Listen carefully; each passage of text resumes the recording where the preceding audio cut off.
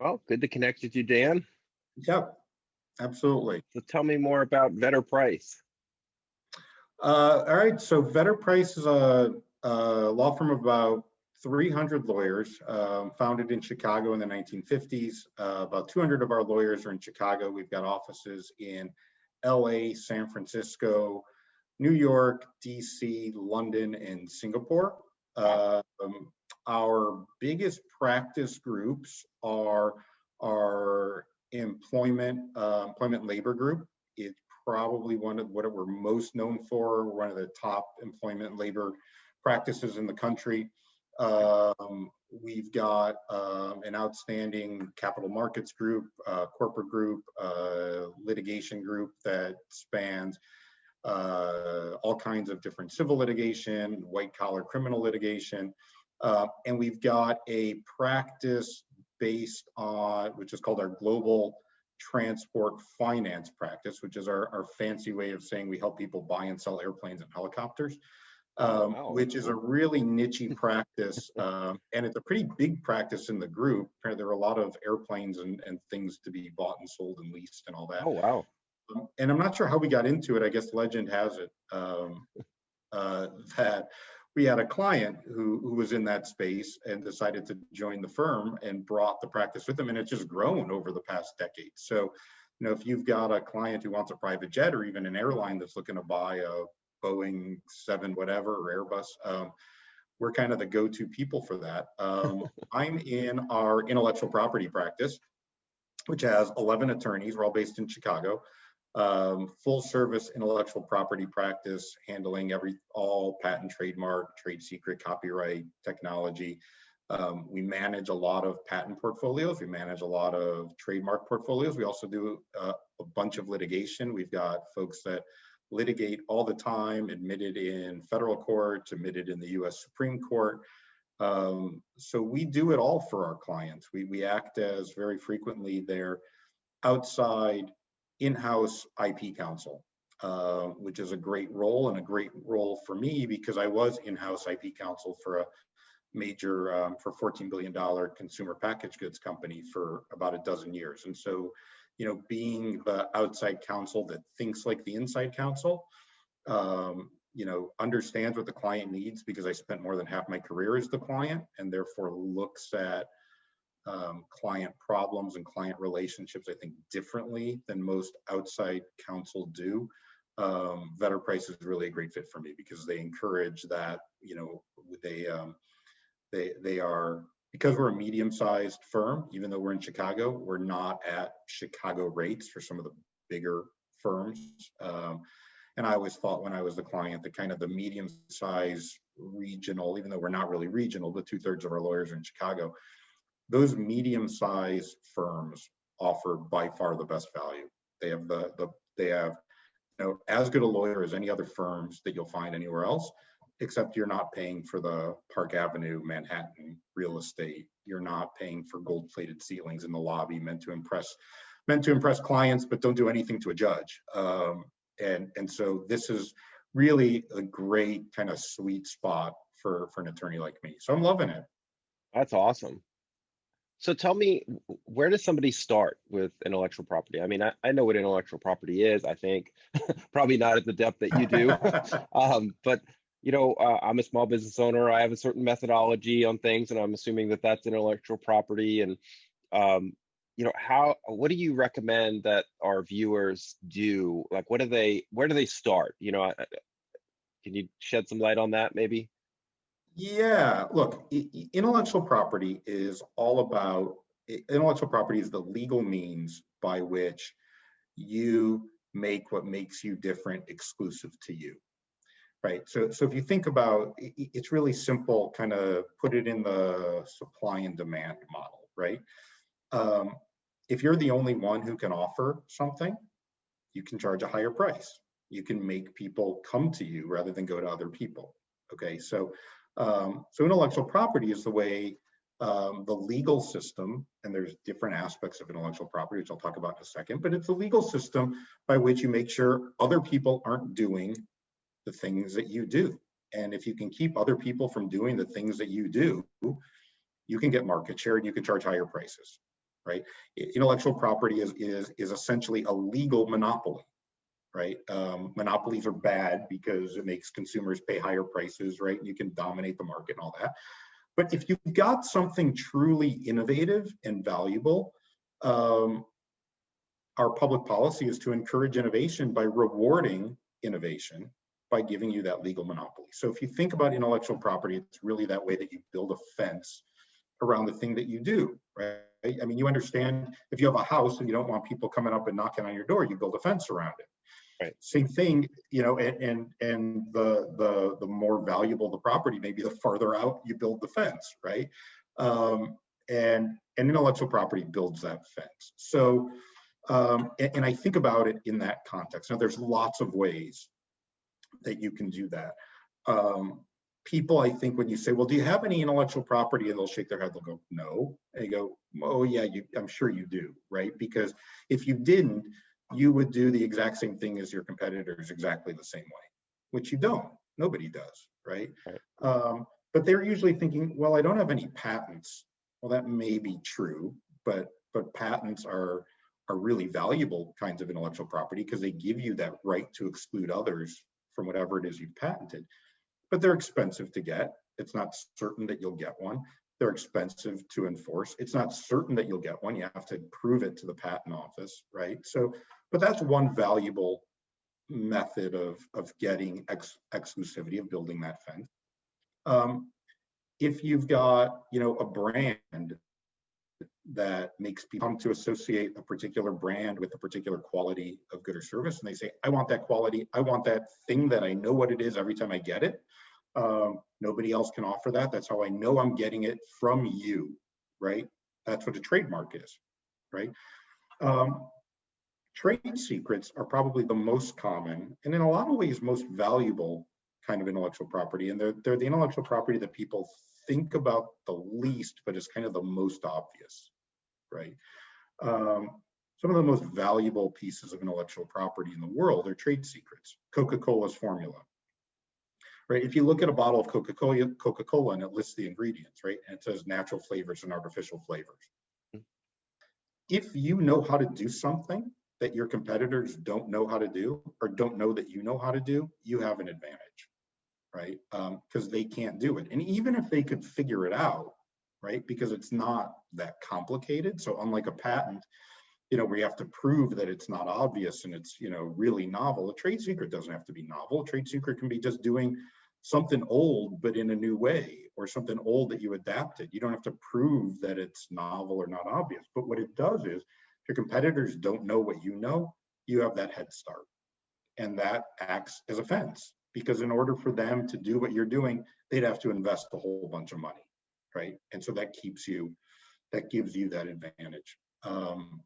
Yeah, so trade secrets can be really, really valuable because if you know something that your competitors don't know, the fence is that they have to invest a lot of money to figure out what to do. So even if they could reverse engineer it, that's going to take them time and money. And so you have that head start. That head start is a form of exclusivity. And when you ask people, hey, do you know, are you doing the same thing as your competitors exactly the same way? They'll all say no. Then you say, okay, great. You know then that you have intellectual property. And they'll go, I do. You say, do you know where it is and how you're protecting it? And you get a fearful look on their face, especially if they're like the CEO, right? Because they're like, no, I don't know that. And it's because Bob in the manufacturing plant knows how to turn the knobs and move the levers on the machine to make the machine run right. Right. Except he hasn't told anybody. He doesn't know that he's creating intellectual property, and you, the CEO, don't know what's going on, right? Right. And you haven't told your employees, you haven't created this important IP culture where you've encouraged people to think about intellectual property that way. Because what happens if you've got 20 manufacturing plants and you've got that machine in every plant, and Bob didn't tell anybody how to run that machine better, right? You're losing valuable technology because you haven't encouraged people to talk about their intellectual property. So like in the case with Coca-Cola, Sure. like, they're probably using some off-the-shelf ingredients that anyone can get, right? So the science or the trade secret is how they mix it, how they prepare it, and then the consistency, exactly. right? So how do they protect that from Pepsi stealing Coke's secret, right? But how do you also protect it from your employees? So maybe somebody gets bribed or exfiltrated that secret. Like how does somebody go about doing that? So Coca-Cola would do a couple of things. One is you obviously have to limit access, right? It's got to be on a need to know basis, and probably very few people have a need to know, right? So that's number one, right? Number two is wherever that information is stored needs to be absolutely locked down, secure, right? It is probably on a piece of paper in a vault somewhere, right? Right. Probably not even on a server, not electronic, right? In a safe deposit box, with Mission Impossible like retinal scanning kind of technology, something like that, right? And then you need your employees to have, obviously, the lowest hanging fruit, which is obvious for everybody, is you need employees to have NDAs, right? Mm-hmm. Not because that prevents anybody from doing anything. People breach contracts and disclose things all the time. But if you don't have an NDA, a court's going to say, well, you didn't adequately protect your trade secrets because you didn't even do the easiest thing possible, right? So, Right. but really, it is about controlling need to know, and then physically controlling access to the information, right? And so, how many people actually know it? Probably not many. I mean, you disperse the information, right? So procurement knows what to buy in terms of ingredients. Mm-hmm. Knowing what to buy in terms of ingredients doesn't help you any. I know the ingredients that might go into chocolate chip cookies, but if I mix them up the wrong way, it's going to taste awful, right? So just knowing the ingredients doesn't help you, right? Procurement doesn't need to know anything about how it's mixed up. So circling back to my world. So like in our world, I obviously do cybersecurity and compliance, and I help those that are in regulated spaces. That's my target, right? So for healthcare, for example, they're subject to HIPAA regulation, right? So if we go back to the onion concept, I like to talk about the onion concept, which is layering different things together, different ingredients together. And like you talked about Coca-Cola, maybe only people might know the ingredients, but they don't know the quantities or how to apply the ingredients in a certain methodology to produce the same result over and over. So in my world, in regulation, there might be off-the-shelf components. There might be a firewall, for example. There might be security software for the endpoint, such as antivirus or anti-malware. There might be something encryption and security control there. So these are obviously things that are some of which are freely available, some of which are open source, some of which are purchased from commercial software vendors and or hardware manufacturers, as well as it goes into physical spaces too. So if we have know-how, methodology, trade secrets, as you had discussed, obviously that we would want to protect that. So how does one go about starting that road when you don't know where to start? What do you recommend? Yeah, that's a great question. So if you look at my background, right, then the top thing is identify IP, right? I've helped a lot of clients with this, and really there are a couple of things. One, first of all, you're right that it's daunting, and so not to sugarcoat it, but if you've got years, months, decades worth of know-how and trade secrets that you haven't documented, right? It's going to be really, really hard to do any kind of audit to figure out what all those things are. There's too much institutional knowledge. It's too spread out, right? But you have to start. But you have to start somewhere, though, right? Because if one person, let's say use me as the example, we've been in business over 18 years, and I'm sure I have a lot of intellectual property stuck in my brain. And if I don't take the step to start documenting and extracting that out of my head, if I get hit by a bus, God forbid, then my company might cease to exist, or we might be at a significant handicap, right? So as we start that journey, is there some recommended training or some methodology that you recommend that we go through before we or am I too novice to come to somebody like you first? Like, where does somebody start? Yeah, so first off, you start from the present, right? You can always go back and do the past. That's really, really labor intensive, but as we said, you have to start somewhere. So you start from the present, right? Going forward, starting today, when you discover a new or better way of doing something, you document it, right? Now, what you do with that documentation is a separate issue. As we said, Coca-Cola has to monitor where that documentation is, where it's held, who has access to it, but it's got to be written down somewhere, right? So what you do is, starting today, you train your employees, first of all, about what intellectual property is, why it's important. You create that culture of intellectual property, right? Where they are attuned to the fact that they are doing something that is existentially valuable to so then, starting today, when people think of new things that create value for the company, they document it somewhere. In the old days, you would write it down in a lab notebook, right? But you can do it anywhere, right? And then somebody like you can figure out how to make sure that that's secure. But you got to start somewhere. So that's number one. You start there.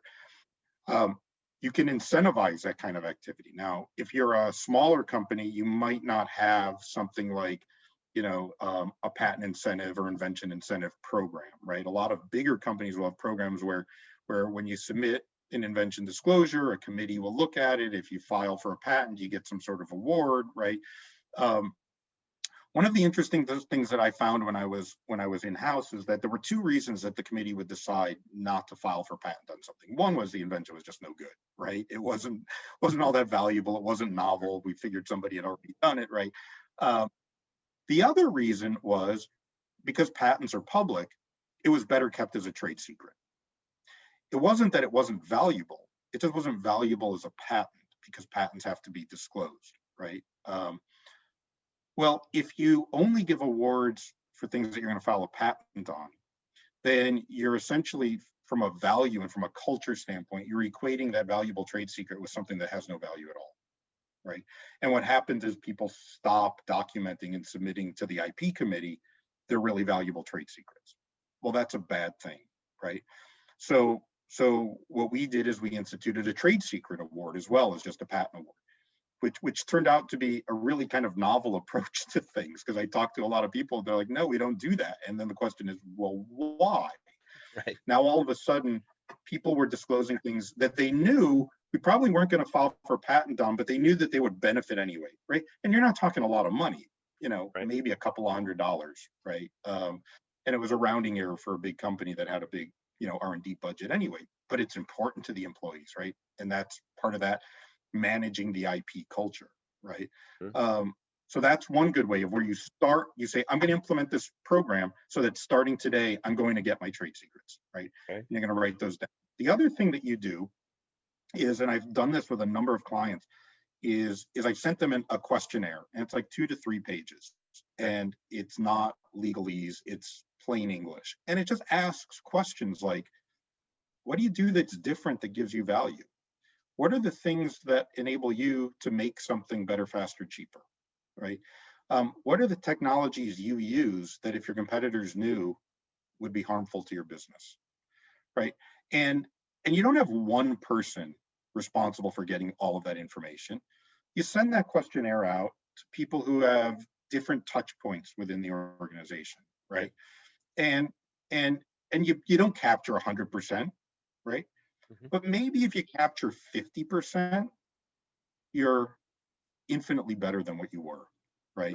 And so that questionnaire can be enormously helpful in just helping people level set what they've already got. That's how you kind of attack the past part of things, right? So I would say it's really a combination of a couple of things. One, creating a culture of innovation and intellectual property protection so people know that it's valuable and are proactive about documenting and disclosing it.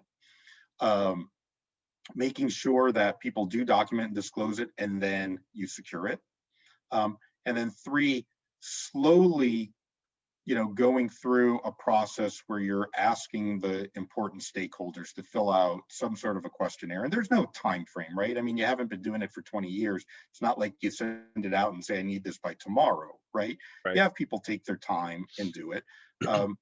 And you slowly attack the past. If you do those three things, creating a culture of innovation, rewarding trade secret disclosures and securing them, and attacking the past with basically a simple questionnaire that you distribute to the stakeholders, you will go a long way towards identifying what those valuable trade secrets and pieces of intellectual property are. And so say you go through the exercise, which is fantastic information. So you go through the exercise, you incorporate that into your business, into your culture, like you suggested.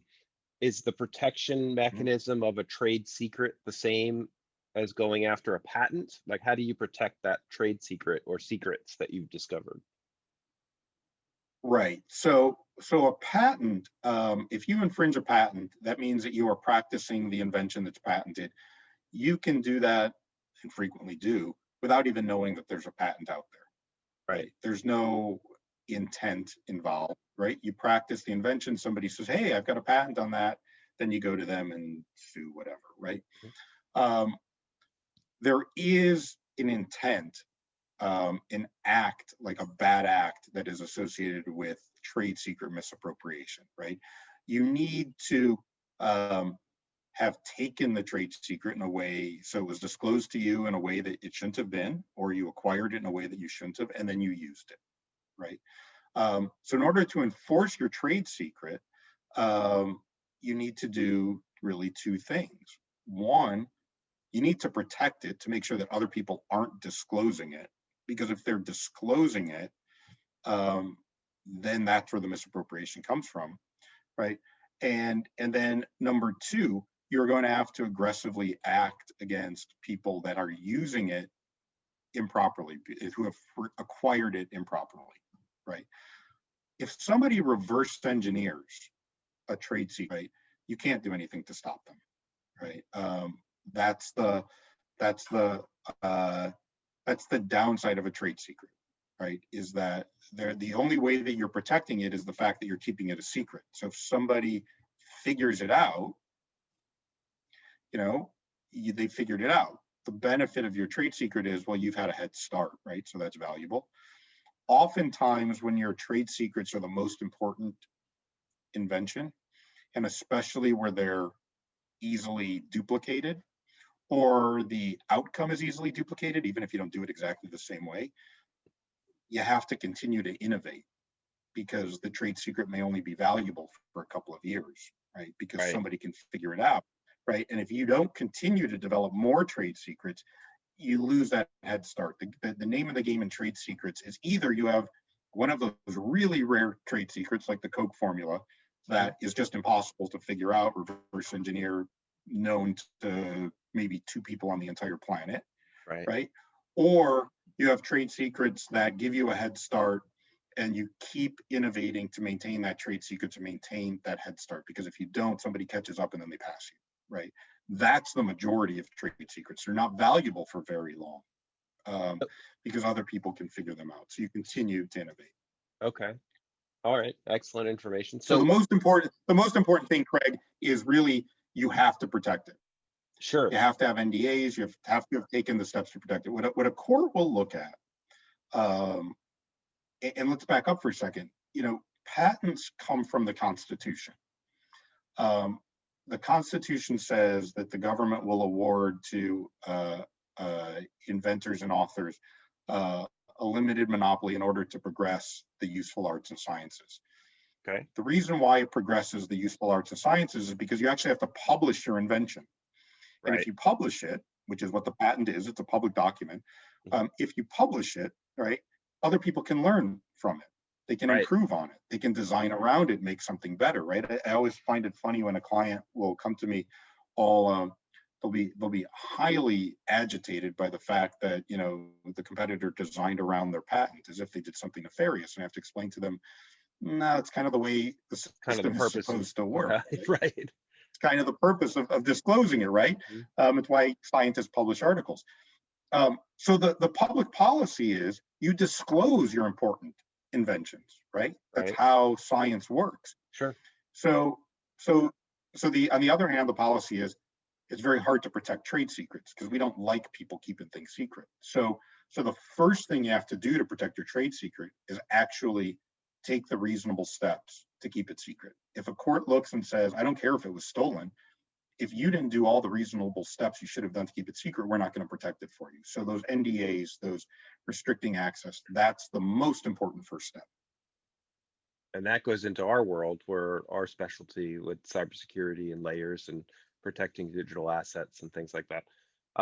All fantastic information. So my question that comes to mind at the moment is there some convergence of copyright law and protecting trade secrets? Because, Yeah. so I spoke about copyright. So I'm sure there's some maybe convergence or some parallel to copyright law, and I'm a novice, so I don't know what I'm talking about. I'm not a lawyer, but I have written multiple books, and I do have the little copyright thing on there to protect my works.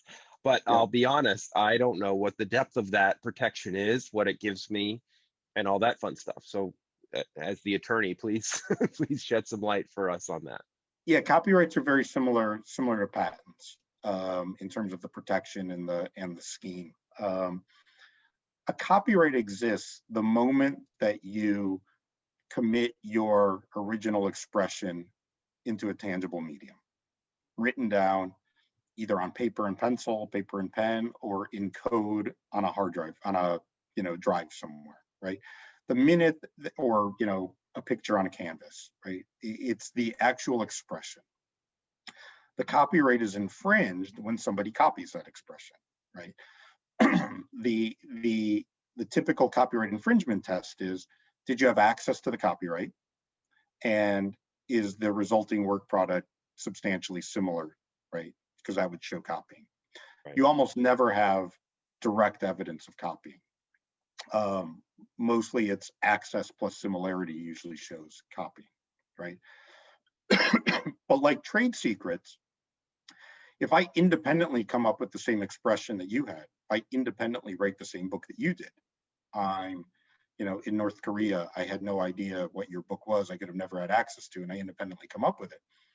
And it doesn't matter if it's exactly the same. That's not copyright infringement because I haven't actually copied it. I've independently developed it. Okay. In that sense, it's a little bit like trade secret. Most copyrights are published, and by published, it doesn't necessarily mean it's public, because you could have copyrights in your source code for your software, which you keep as a trade secret, in which case, your copyright and your trade secret kind of coexist. To the extent that somebody accesses that source code, they've likely, and then copies it somehow, they've likely committed two acts, right? They've trade secret misappropriation if you've protected your source code, right? And copyright infringement. Whereas you can't have trade secret misappropriation and patent infringement because a patent is never a trade secret, right? So that's kind of the overlap in copyright. Copyright is similar to trade secret in the sense that in order to keep that protection, you have to continue to innovate, because copyright doesn't protect anything that's functional. It will only protect the actual expression, which is important because when you think of software, there's a million ways to write code to do the same thing.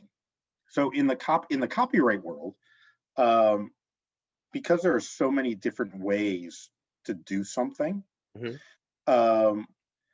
your copyright needs to continually be refreshed and replenished, right? Okay. If I have copyrights in some software, sure, right, and my competitor writes their own code to do the same thing, because there's so many different, because the copyright only protects the expression and not the ultimate functionality, it's very easy to mimic what your valuable copyright is sort of doing for the end consumer, right? If I log in and run a program, I don't care what the code says. I just want it to do something. And if your competitor, is able to write their own code to do the same thing, that copyright that you have doesn't really have any value. Right. Yeah, it doesn't Because the protect expression doesn't matter. I'm buying the functionality, right? Correct.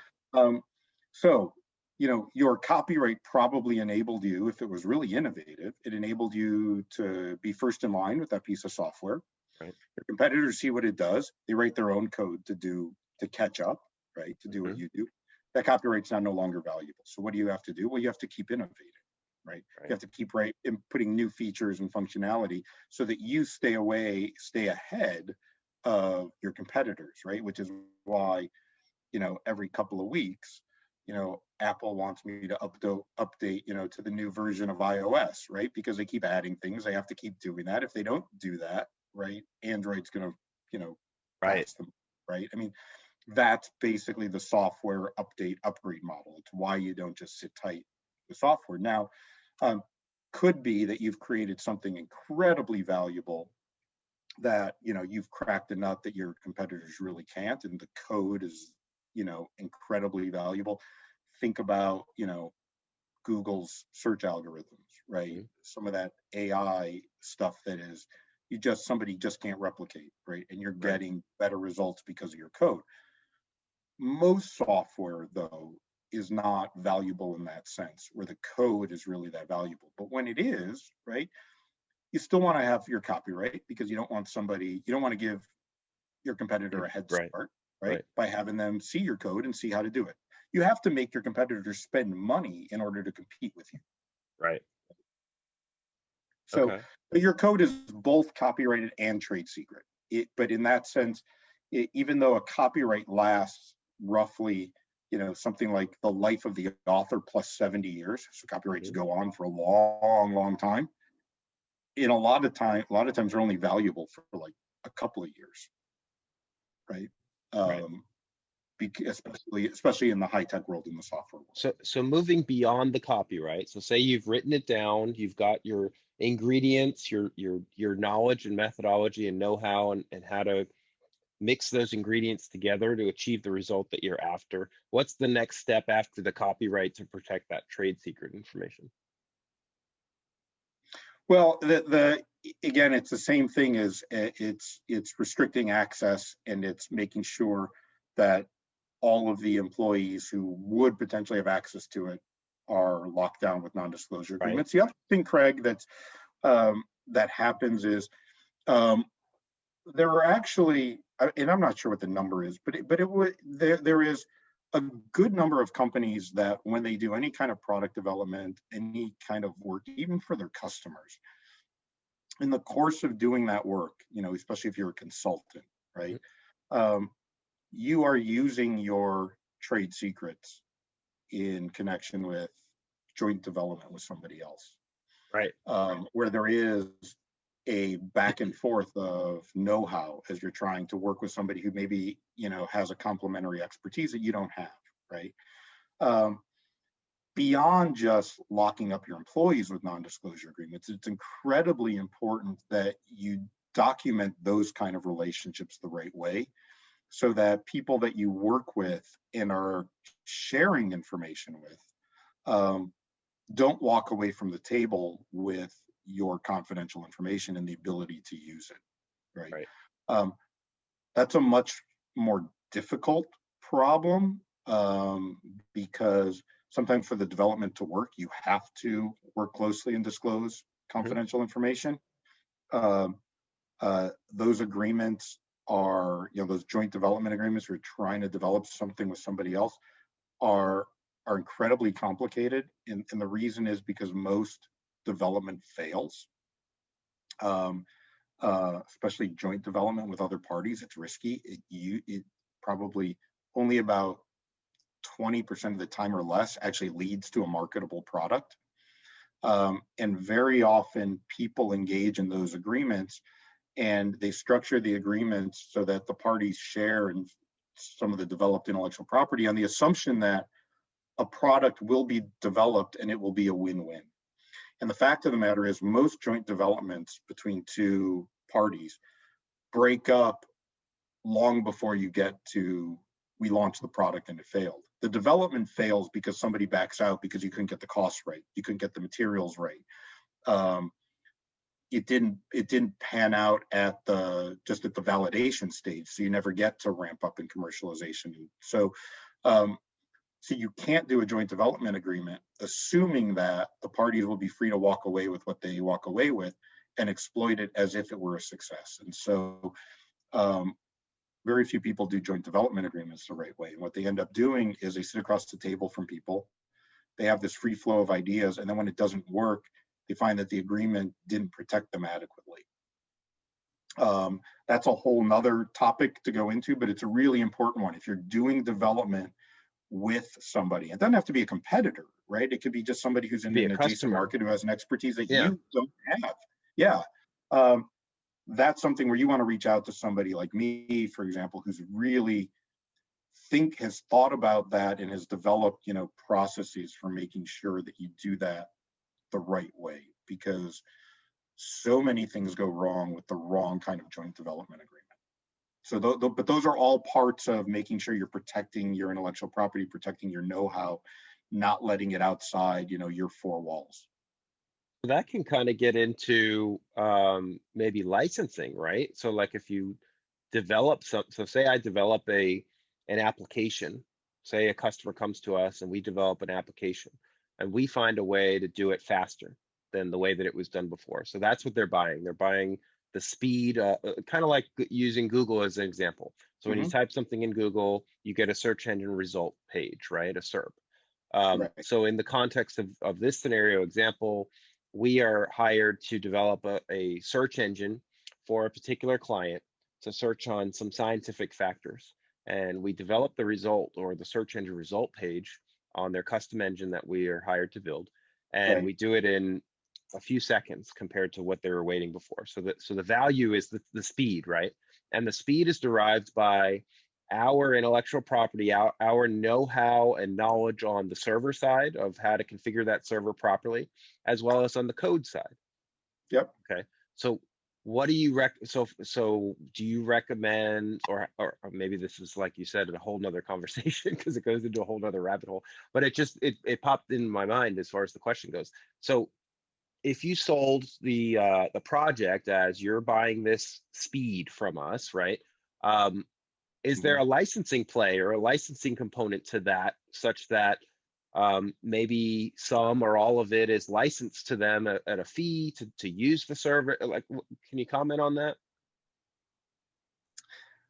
It is a whole nother conversation, so I'll just kind of hit the highlights. But it is an incredibly important conversation for people in the service industry, right? Which is where the economy is going, right? Yeah. It's more about providing services than products. If I hire you to do something for me, write some code, create a product, right? I'm hiring you for your service. Very often my expectation is I'm going to own what I pay you for, right?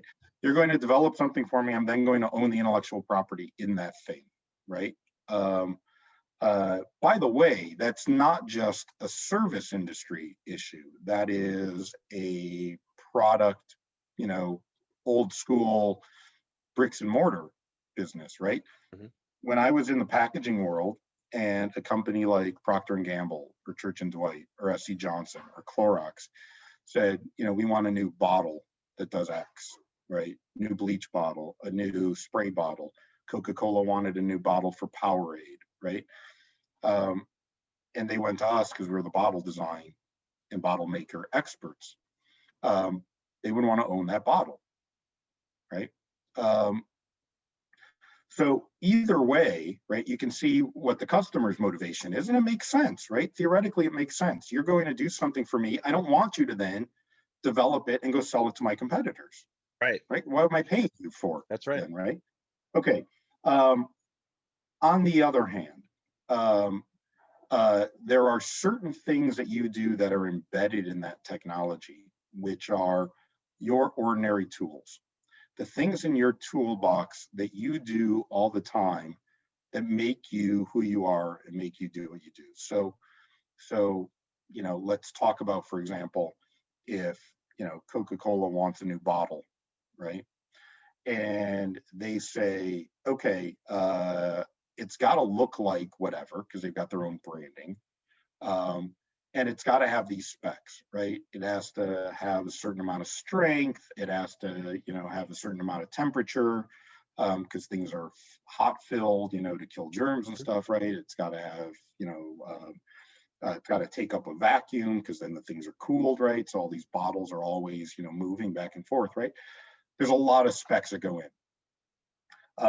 And they may have sort of an idea of an overall shape, but that's about it, right?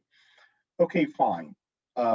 If I create that bottle for you, I'm going to use my tools in the toolbox to make sure that that bottle performs the way that it's supposed to perform. I know how to, create panels in the side that take up that vacuum without influencing, how the label looks when it's wrapped around. I know how to create a base that will flex up and down, that will still allow it to stand up and not, end up distorted, right? Right. I know how to create the threads so that you can use a much smaller cap without, creating pressure that pops off, because, if your threads are really deep and you need a bigger cap, that's just, more plastic and it's more cost, right? Cost. Yep. Right. I know how to blow it, in a big wheel that, blows these plastic molds into bottles very, very quickly, right? I know how to do all that. If I do an agreement with you, Coca-Cola, where I say, all the intellectual property that I developed in the course of making this bottle for you, you own.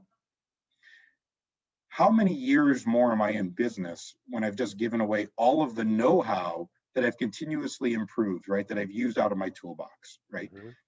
That's suicide for a company, right? Yeah. So what typically happens is you'll say, I will give you an exclusive supply, or I'll even let you own the design, right? Just the shape. But anything that would constitute, for example, manufacturing technology, manufacturing know-how, those are things in my toolbox that if I improve on that, I'm going to own. Because the next customer that comes along, I need to know how to make a bottle better. If I don't continually learn how to make bottles better, I'm going to be out of business, right? You can't have that. Mm-hmm. To your point, though, I might give you a license to that technology so that you can use what I've learned, right? Especially if you need somebody else to supply you that bottle, right? Because some of these big companies won't do a sole source arrangement. Right? They're too huge, right? It's too risky. So they'll say, well, I need, to put your competitor in business to make this very bottle that you developed for me and have all this IP in. And you go, whoa, I'm not going to give my crown jewels to your competitor, right? To my competitor, right? So that they could compete with me. So very often what you'll do is you'll say, I will license certain technology. I will license patented technology, things that are already public. I'll license the design. And there may be certain know-how that I'm willing to tell your competitor, but not all of my crown jewels. But in order for me to do that, you have to guarantee me 70% share of your supply, right? Because otherwise it's not worth it for me. Right. And I can use that leverage because I'm better at creating bottles than my competitor. You want to work with me, right? But I'm not going to teach them all of my tricks, because then they're going to go use that and compete with somebody else. Right. So anytime you have any kind of agreement with your customers where you're developing things, kind of the end product, how it appears to the consumer, which is usually more kind of ornamental design, that's not really where the secret sauce is. Right. That's sort of one end of the dividing line. And really, when you think about it, that's what your customer wants. Your customer wants to own what the consumer-facing piece is, right? Because that's where they build the brand around, right?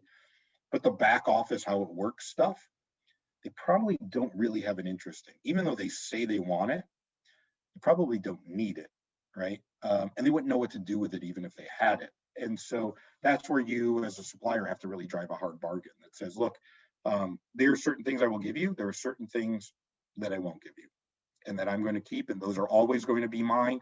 And no matter if I improve on them in the course of doing this work that you paid me for, this is why I'm in business, is to continually learn and get better, right? Most customers, when you explain it and explain what they actually need and why they need it, are sophisticated enough to understand that. It's not always an easy conversation. Sometimes it goes on a lot longer than the salesperson would like, because next thing you know, you bled into the next quarter and they didn't get their deal done. But that's an important conversation to have, and it's a very, very typical conversation to have. Okay. Well, this has been awesome.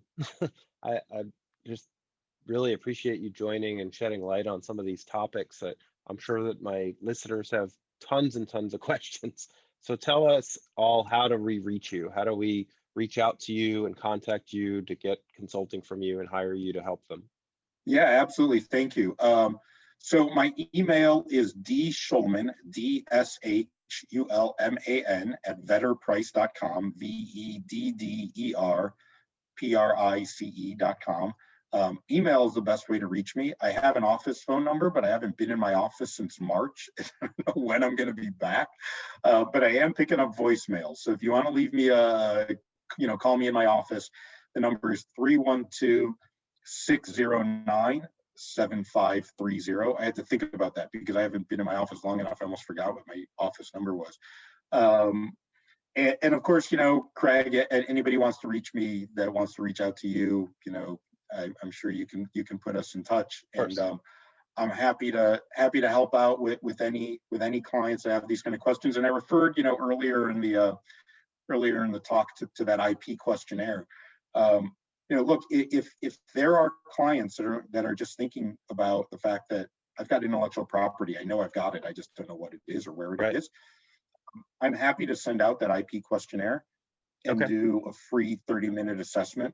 So if somebody wants to fill it out, send it back to me. I can help a client figure out, all right, here's some of the low-hanging fruit. Here's some of the easy things that you should be doing just to make some improvements to how you're thinking about intellectual property. And, just get on a phone call with somebody free for 30 minutes to do that. That's fantastic. So again, if somebody wants to reach out, access to that questionnaire, please email, call, semaphore, smoke signals, 2 tomato cans on the end of a rope, whatever works, I'm available. Awesome. Thank you. And if you want, you can send the questionnaire to me. If they reach out to me, I can give it to them, or if you prefer, however you want it. Yeah, that's awesome. Yeah, we'll do. Thank you again so much. This has been fantastic.